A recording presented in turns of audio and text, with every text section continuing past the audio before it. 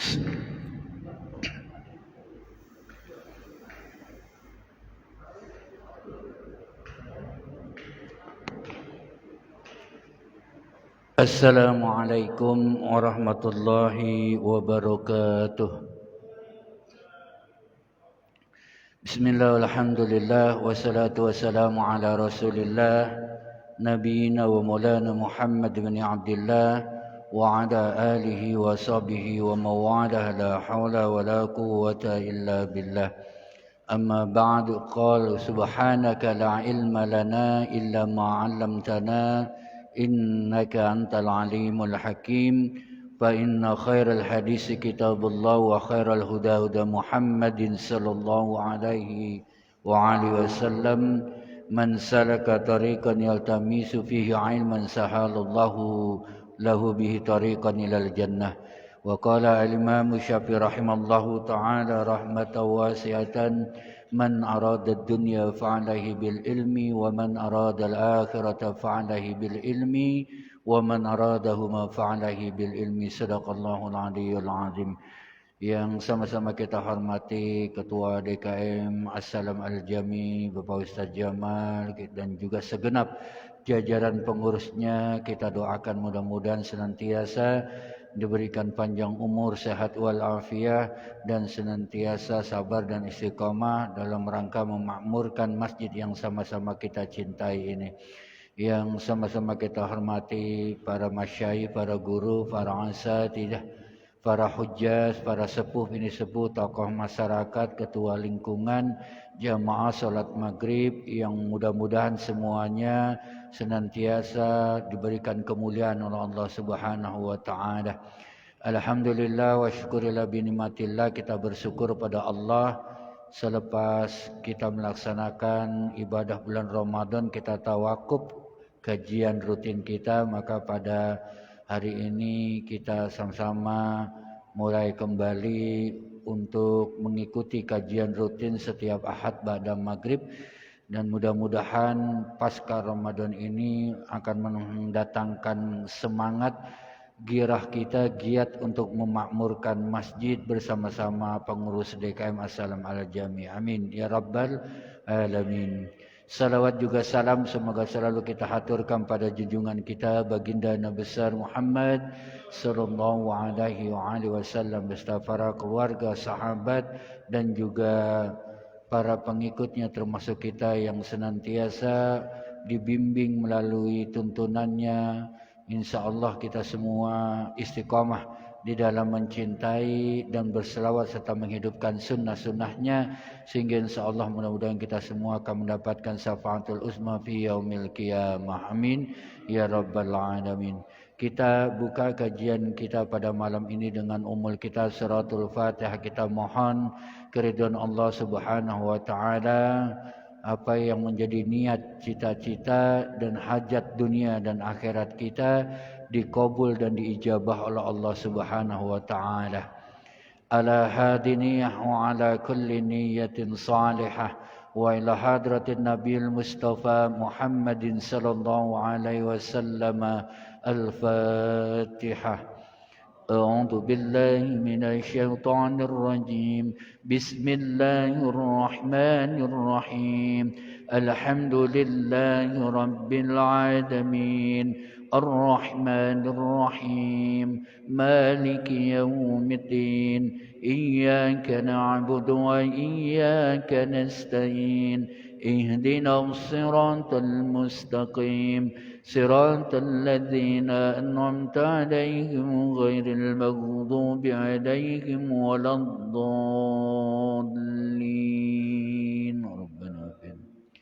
Jamaah yang dimuliakan Allah Subhanahu wa taala, kita lanjutkan kajian kita. Sebelumnya saya mengucapkan, meskipun udah lewat sawalannya, kita udah masuk di minggu awal bulan Dzulqa'dah, tapi rasanya kurang afdol karena kita baru ketemu ya selepas Sawalan, hari raya Idul Fitri. Terakhir kita ketemu di bulan Ramadan.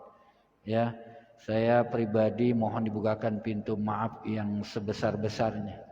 barangkali dalam penyampaian selama muzakarah dalam majelis ilmu ini masih banyak ya kekeliruan, kesalahan, kekurangan dan kelemahan. Mudah-mudahan kekurangan kelemahan ini menjadi cambuk buat saya untuk terus belajar, dan juga kita semua bisa saling memaafkan, membuka lembaran baru untuk bisa melangsungkan aktivitas ibadah yang sudah kita lakukan selama 1 bulan penuh di bulan suci Ramadan.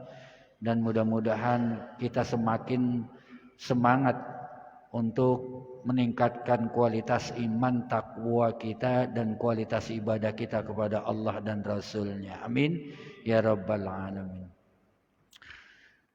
Bismillahirrahmanirrahim. Qala al-Imam An-Nawawi rahimallahu ta'ala rahmatan wasi'atan.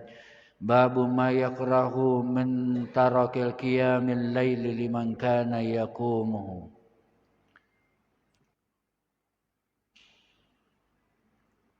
Qala haddatsani Abdullah ibn Amr bin As radhiyallahu anhuma. Qala li Rasulullah sallallahu alaihi wasallam, ya Abdullah, la takum misla fulanin kana yaqumul laila fataraka min qiyamil lail. Ini hadis ruwahul muttafaqun alaih. Hadis yang diriwayatkan sepakat oleh Imam Bukhari dan Imam Muslim. Imam Bukhari mencantumkan hadis ini dalam hadis nomor 1152 dalam babu ma yakrahu min tarki qiyamil laili liman kana yaqumuhu. Bab tentang apa yang dibenci, apa yang tidak disukai dari meninggalkan qiyamul lail, yang setiap malam udah rajin bangun malam untuk menegakkan ibadah di waktu malam. Liman kana yaqumuhu, bagi orang-orang yang memang sudah biasa melaksanakan atau menegakkan ibadah di waktu malam. Hadis ini memang diturunkan, disampaikan Rasulullah pasca bulan Ramadan. Dari sahabat yang kedua-duanya adalah sahabat Rasulullah, anak dan bapak keduanya sahabat Rasulullah SAW. Abdullah sahabat sagir, sahibus sagir, sahabat kecilnya Rasulullah, salah satu di antara nama sahabat sagir yang disebut oleh Rasulullah dalam satu riwayat, salah satu yang menggunakan nama Abdullah. Dalam riwayat ada arba'atu yusamma Abdullah. Ada 4 nama sahabat yang menggunakan nama Abdullah yang sering disebut oleh Rasulullah SAW. Siapa kira-kira? Salah satunya di antaranya adalah Abdullah bin Amr bin As. Yang kedua, Sayyidina Abdullah ibnu Abbas radhiyallahu anhu. Kemudian Abdullah ibnu Umar bin Khattab radhiyallahu anhuma. Dan yang satu lagi Abdullah ibnu Mas'ud radhiyallahu anhu. Jadi 4 nama sahabat yang menggunakan nama Abdullah. Ini memang nama Abdullah salah satu di antara ya nama-nama yang ahabbu, ya nama yang aku cintai, kata Allah Subhanahu wa taala. Kata Nabi, itu 2 nama yang sering dan disukai oleh Allah Subhanahu wa taala. Salah satunya adalah Abdullah, yang kedua Rahman. Makanya kalau namanya Abdullah nggak usah ini apa minder. Ya namanya kayaknya nggak keren banget katanya. Abdullah dipanggilnya Dul gitu. Ya kan?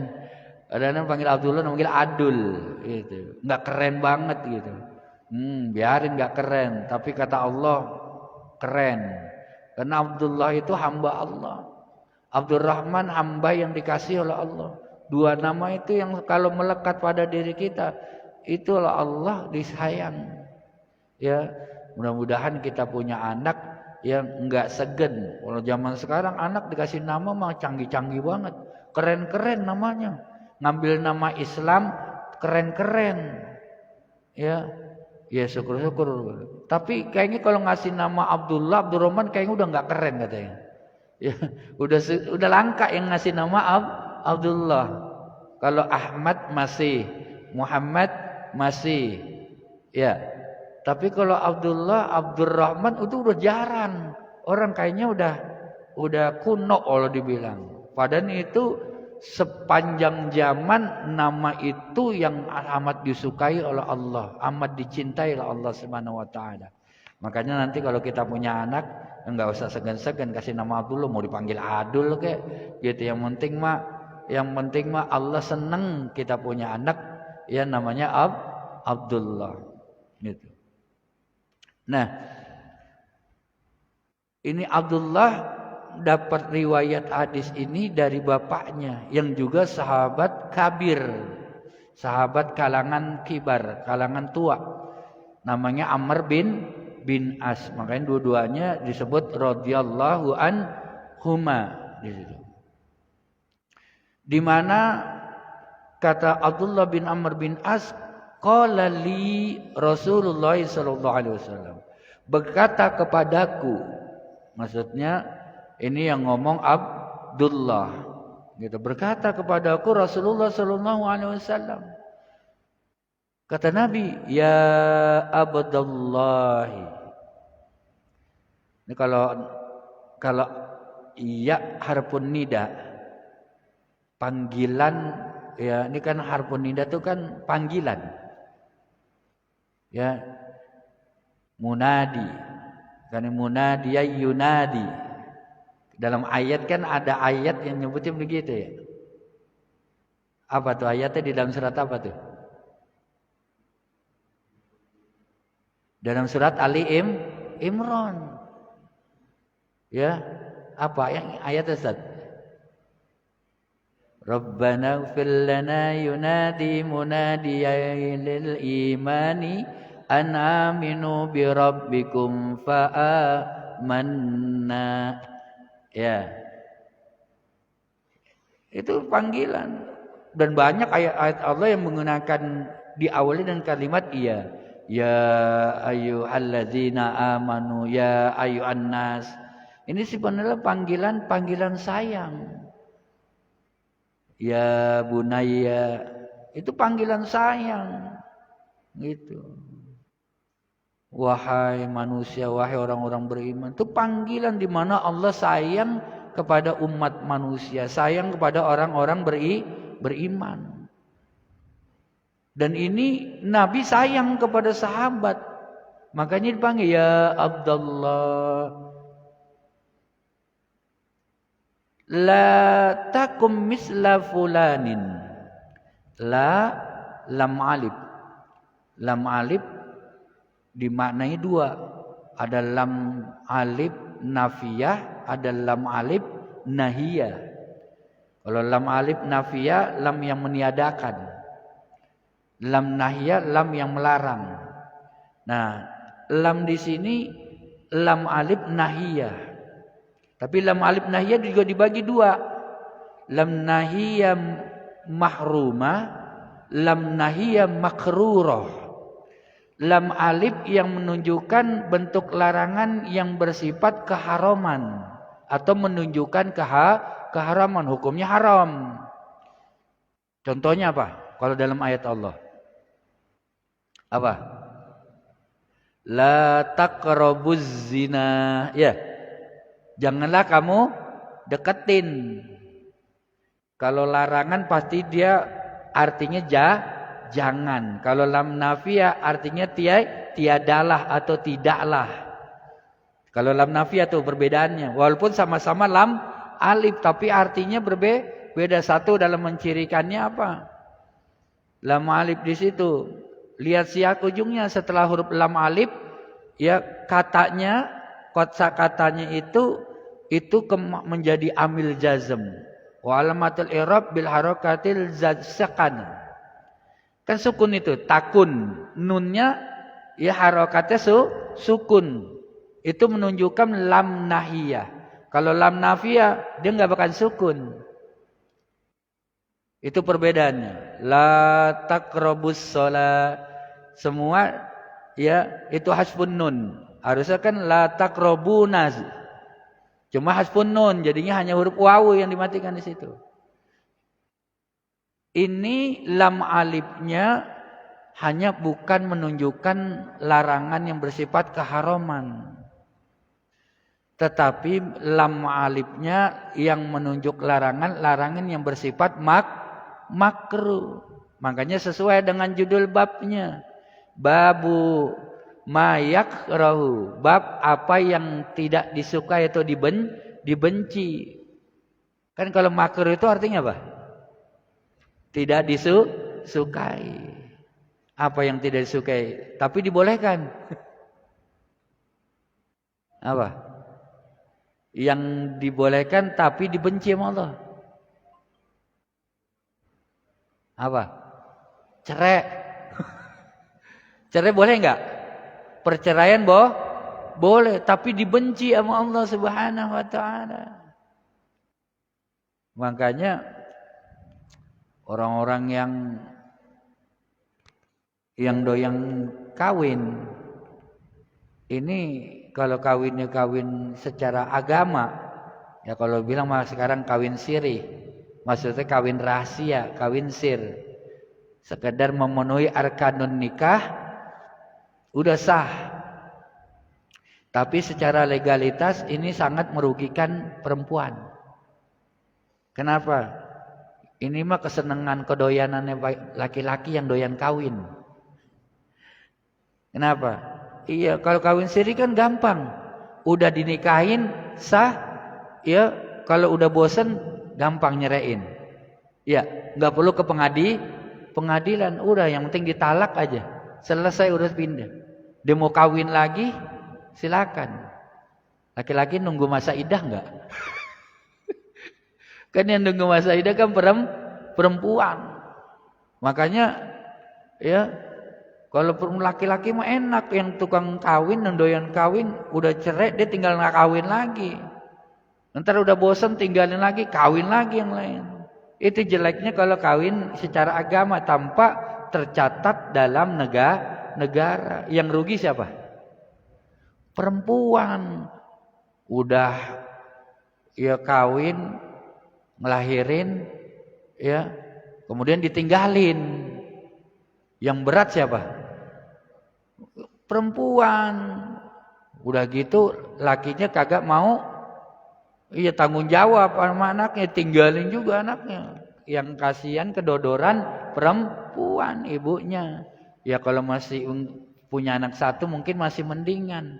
Kalau udah punya anak tiga, berat. Berat apanya? Berat lakunya. Orang kalau laki mau ngawinin punya anak tiga, mikir-mikir deh, ekornya banyak banget itu. Makanya itu mah Allah meskipun diboleh dalam kondisi yang amat memang ini tidak bisa lagi dicegah, tidak lagi bisa diislah. Maka salah satu jalannya dengan cerai. Jadi pertimbangannya juga banyak dalam hukum fikih perceraian itu, karena dilihat dari berbagai aspek gitu. Makanya itu amat dibenci oleh Allah Subhanahu wa taala. La takum misla fulanin. Larangan ini misla fulanin. Janganlah kamu seperti si fulan. Ini Imam Ibnu Hajar Al-Asqalani menjelaskan makna misla fulanin. Kata beliau, lam akuf ala tasmiyatihi fi syai'in minat turuqi. Bahwa di dalam beberapa jalur riwayat memang tidak disebutkan si fulan ini siapa namanya. Dalam riwayat Imam Muslim dalam hadis nomor 1159 juga enggak disebutin siapa si fulan ini namanya. Dan dalam riwayat selain keduanya juga ada, walaupun dengan redaksi yang berbeda, juga enggak disebutin nama si fulannya ini di situ. Ya. Wa ka'an ibhamu misla hadzal qasdu sutrati alaihi.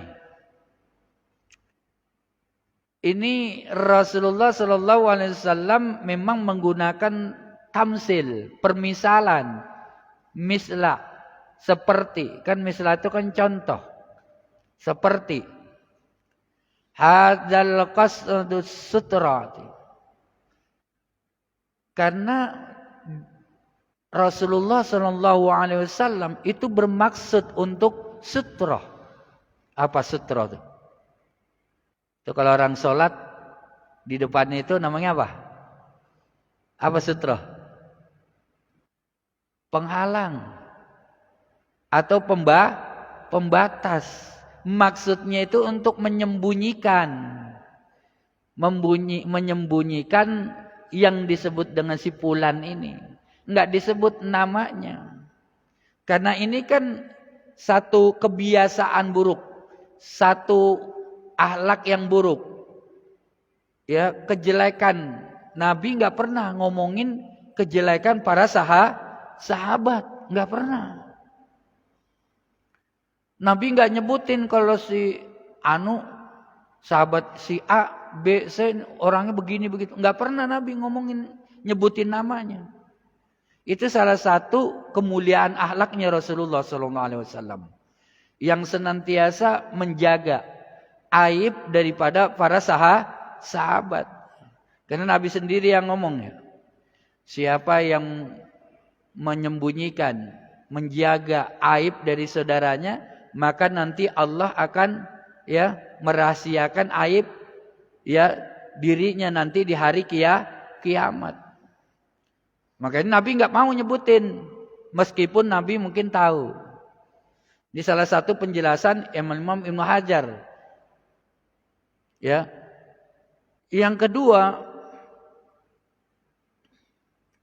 kallazi taqaddamu qariban fil ladzina hatta asbaha.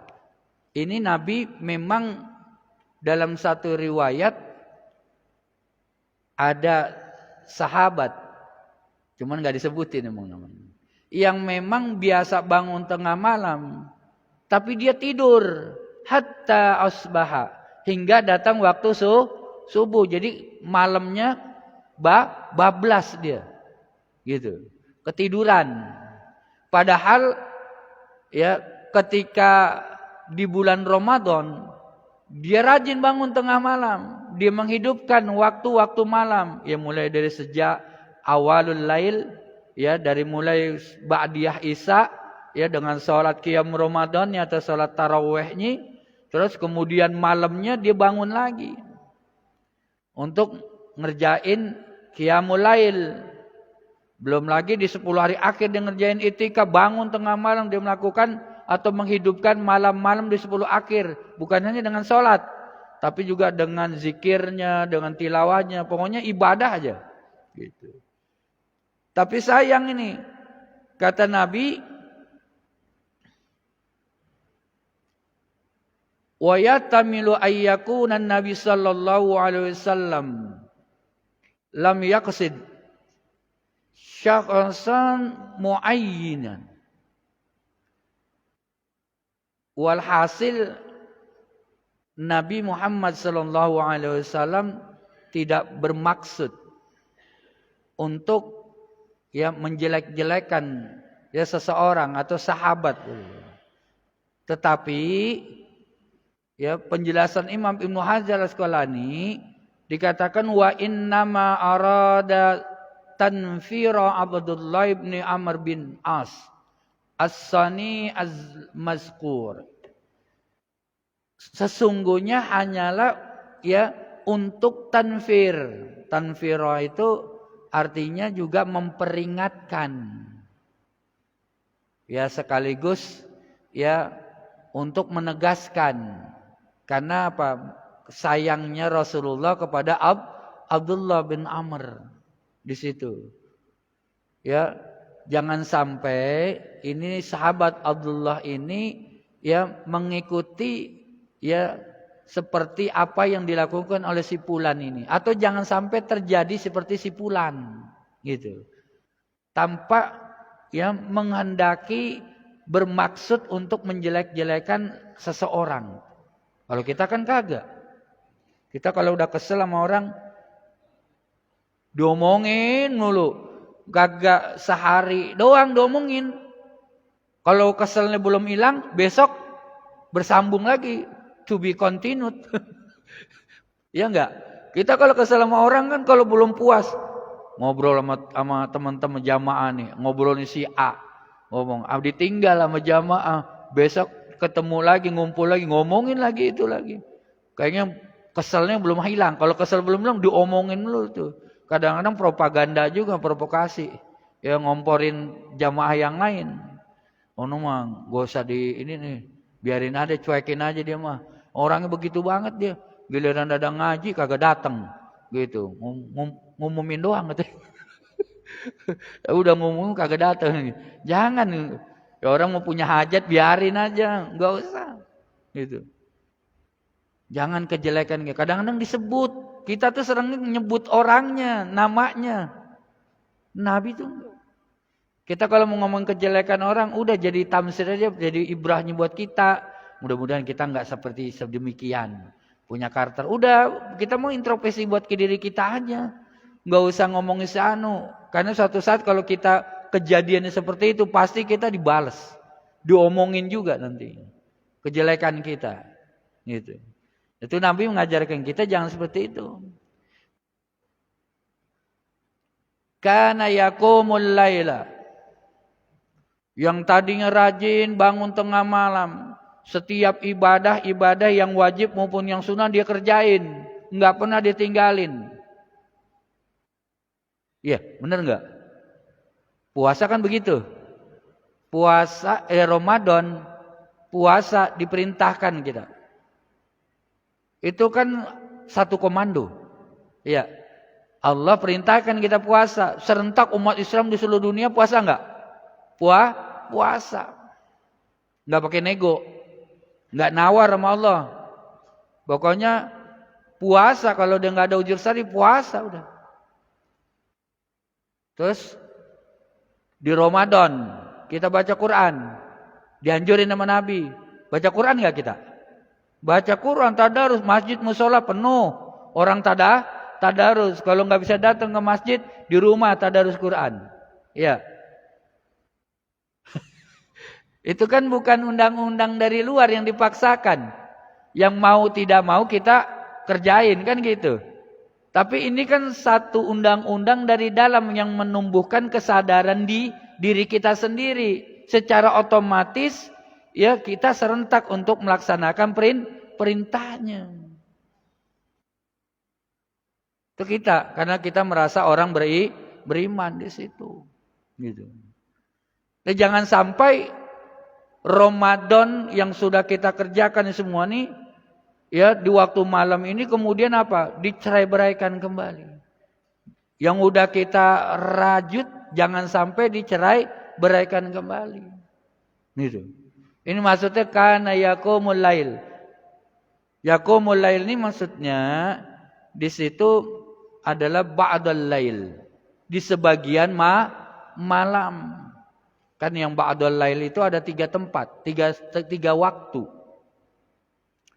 Dari awal sulusul lail. Di awal sepertiga malam, Nabi ngerjakan qiyamul lail di dalam bulan Ramadan maupun di luar Ramadan, itu enggak pernah salatnya setelah Isya. Enggak pernah. Tapi mulai dari awal sulusul lail. Jam berapa? Jam 01.00.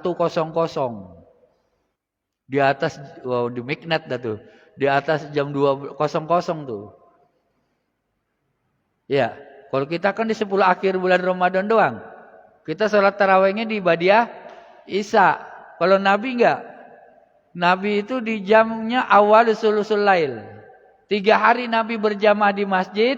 Waktunya sama. Di jam 01.00. 3 hari. Tapi Nabi mikir. Ini kalau saya terusin nih kata Nabi. Saya terusin ini sebulan. Di masjid jam segini nih. Umatku KO nih. Benar enggak? Lah orang yang sholat Badiah Isya aja tarawih aja masih banyak yang enggak datang. Betul enggak? Iya. Alasannya kan pulang kerja. Baru juga sampai rumah. Belum istirahat. Iya. Apalagi kekenyangan. Banyak alasannya tuh. Ya. Coba kalau udah dikasih istirahat di calon. Kalau pulang kerja malam. Ya udahlah kerja ini nanti jam 01. Bangun gak kira-kira tuh salat tarawih? Jam segitu. Kalau mau ngikutin Nabi ya. Salat Qiyamul Lail di bulan Ramadan. Bangun gak tuh di awal sulusul lail? Di awal Ramadan. Kalau 10 akhir mungkin udah banyak temennya. Ya kan? Banyak yang itikaf. Tapi coba dari awal Ramadan kita bangun jam segitu sholat tarawih. Lah kagak ada yang ngerjain jam segitu di masjid. Sholat dewekan. Betul? Iya enggak ada. Makanya Nabi mikir. 3 hari kalau diterusin aja nanti dianggap wajib. Kayaknya kalau dia wajib. Wah berat ini urusannya. Kan Nabi bacanya bukan Al-Hakumut. Nabi bacanya surat-surat panjang. Betul enggak? Surat Al-Baqarah. Nah, sahabat aja kirain udah selesai Al-Baqarah. Nyambung surat Ali Imran rakaat. Ya Allah. Gitu. Kalau kita ngikutin berjamaah sama Rasulullah. Kalau model zaman sekarang mah. Sekarang model nih kita nih. Wah. Orang yang 23 jam itu masih ngeluh nyari yang 11 rakaat. Yang 11 rakaat yang bacaan panjang aja masih ngeluh, nyari yang pendek. Kan begitu. Ya, apalagi ngikutin Qiyamul Lailnya Nabi. Makanya Nabi sengaja enggak melanjutkan 1 bulan penuh karena tahu kemampuan daripada umat di masa yang akan datang. Tuh. Itu kan udah diajarkan oleh Nabi Musa, ya. Dari 50 waktu jadi 5 waktu. Karena Nabi Musa tahu umatmu pendek-pendek katanya. Umurnya maksudnya pendek. Lah emang iya, mungkin gitu. Ya, umurnya pendek-pendek, orangnya juga pendek. Nah, kalau zaman nabi-nabi rasul sebelumnya kan coba udah pernah ke makam Nabi Adam. Lihat makamnya. Berapa depak itu kaki itu tingginya. Ya kalau sekarang mah orang paling tertinggi mah mesti kalah sama Nabi Adam alaihissalam. Lihat makamnya aja tuh. Gitu. Orang-orang dulu mah tinggi-tinggi. Gitu. Nggak tahu sekarang nyusut. Kenapa nyusut? Ya pertama agama Islam udah disempurnakan oleh Allah Subhanahu wa taala. Ya. Kedua, bumi ini ya sejak Nabi Adam diturunkan di muka bumi ini bukan berarti bumi ini tetap, tapi bumi ini semakin menyusut. Gitu. Ya, kan dulu zamannya zaman apa? Binatang raksasa, ukurannya tinggi gede semua. Gitu. Makanya kalau sekarang udah kecil semua. Binatang ikut kecil, menyusut semua itu. Ya, kenapa? Umur dari umur di situ. Ya. Nah, ini ya Nabi mengajarkan agar jangan sampai ini apa yang sudah dilakukan di bulan Ramadan kemudian ditinggalin semua di situ. Yang kedua, waktu malamnya Nabi dalam makna ba'dul lail ini adalah ya nisfu sulusul lail, di pertengahan sepertiga malam. Hitungannya itu Dari jam 2 sampai dengan jam 3. Yang terakhir tuh di akhir sulusul lail. Jamnya jam 3 sampai jam 4. Gitu. Nabi senang kalau sholat qiyamul lail itu di antara jam-jam itu. Ya kalau kita mah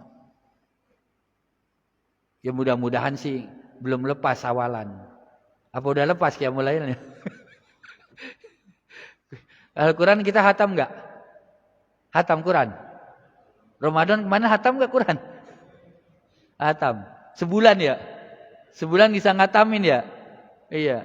Sawalan ngatamin enggak? Belum ngatamin. Jangan puasa 6 hari sawalan. Ngerjain enggak? Kan di Ramadan kan kita udah dicas. Ya, ibarat HP.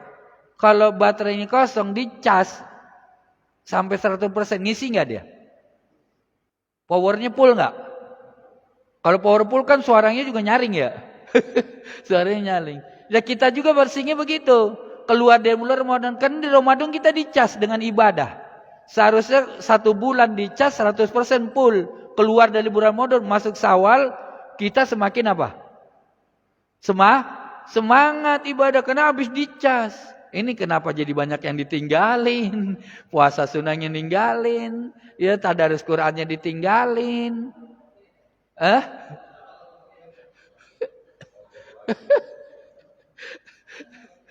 Ya Allah. Padahal Imam Al-Ghazali itu memberikan al-wasiyatu ba'da fi syahr Ramadan. Dalam satu kitab beliau, Imam Al-Ghazali itu memberikan wasiat pasca setelah melaksanakan ibadah di bulan suci Ramadan. Yang pertama kata beliau, tarkul halal min ajli ibtiad anil haram. Meninggalkan haram, yang haram gitu. Itu demi menghindarkan sesuatu yang diharamkan.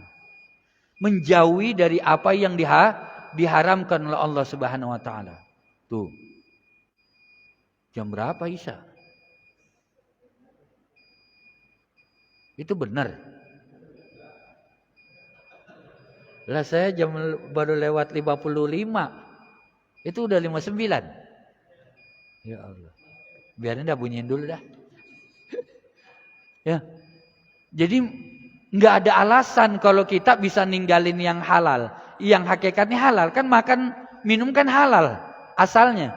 Tapi karena Allah perintah di Ramadan kita suruh puasa jadi haram. Yang halal aja bisa kita tinggalin karena hanya untuk memenuhi perintah Allah, maka enggak ada alasan kita untuk tidak bisa meninggalkan yang haram. Enggak ada alasan kita untuk menjauh yang tidak bisa menjauh yang haram. Kita harus belajar dari seekor lebah. Lebah yang dikonsumsi apa? Saripati bunga. Yang dikeluarin apa? Madu. Yang diisep yang enak, yang baik-baik. Yang dikeluarkan juga baik-baik. Orang beriman setelah dicas di bulan Ramadan dalam kepompong Ramadan mestinya seperti lebah. Dia ngambil hal-hal yang baik-baik aja. Kan Allah udah peringatin sama kita. Ya ayyuhalladzina amanu kulu min thayyibati ma razaqnakum. Orang yang beriman, ya ambil. Kata kulu itu kan makan sebenarnya. Tapi makna secara luasnya bukan cuma secara zahir aja makan, bukan. Tapi sesungguhnya ambil. Ambil segala sesuatu yang memang Allah udah rezekikan pada kita yang baik-baik. Kan Allah nurunin semuanya tuh. Mulai dari yang baik sampai yang buruk. Ada enggak? Kita disuruh milih ambil yang baik. Yang enggak baik itu ibrah. Jangan diambil. Buat pelajaran pilihan. Supaya apa? Supaya kita bisa pandai mencari pilihan yang terbaik buat hidup kita sendiri. Gitu. Setelah kita yang ngambil yang baik, washkurulillah.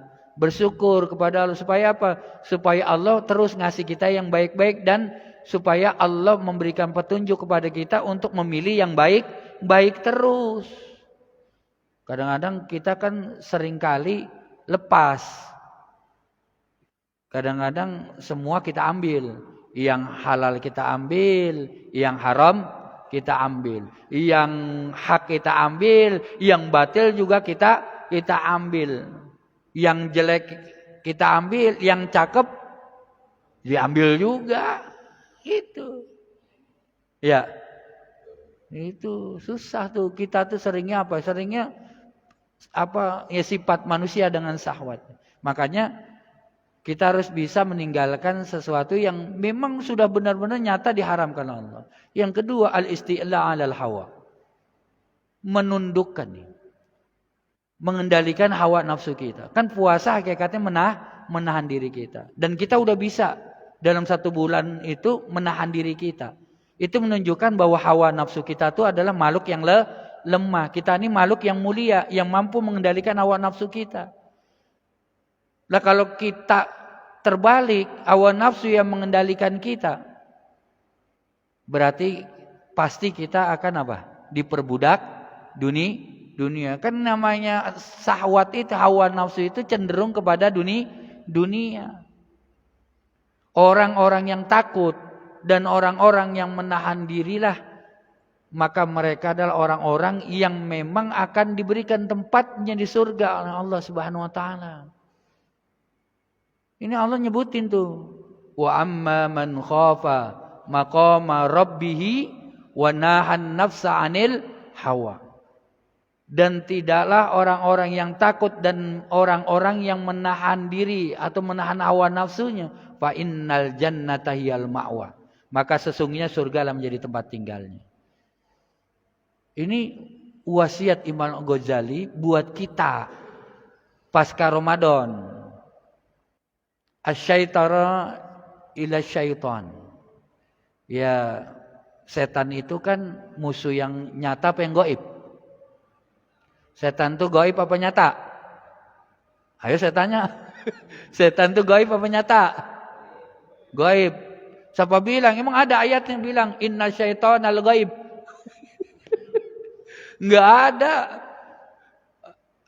Setan disebutnya inna syaitana aduwwum mubin.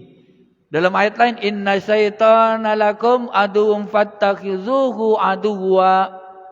Sesungguhnya setan bagi kalian itu adalah musuh yang nyata, maka anggap dia itu musuh kalian. Kenapa? Gampang nyiriinnya. Kenapa dibilang aduwwum mubin oleh Allah? Nah, yang namanya setan dan sekutunya itu pasti selalu menggiring kita, menjerumuskan kita kepada kejelekan, keburukan. Benar gak? Benar gak setan sering menjerumuskan kita, menggiring kita menuju kemaksiatan, keburukan. Jadi kalau kita mau ngomong kejelekan orang, berarti setan. Kalau kita mau berbuat zalim sama saudara kita, berarti kita setan. Kelihatan gak? Kelihatan, karena dekat sama kita. Kalau kita melakukan keburukan, berarti kita setan. Nyata enggak? Nyata, itu maksudnya Allah nyebut. Makanya aduwwum mubin, bahwa setan itu sesungguhnya adalah musuh yang nyata. Musuh yang kalau kita mampu menundukkan, membelenggu setan dengan menahan hawa nafsu kita, maka dia enggak akan berdaya setan. Maka dibilang setan itu musuh yang lemah. Cuma kadang-kadang kita mau aja diperdaya oleh setan. Itu aja.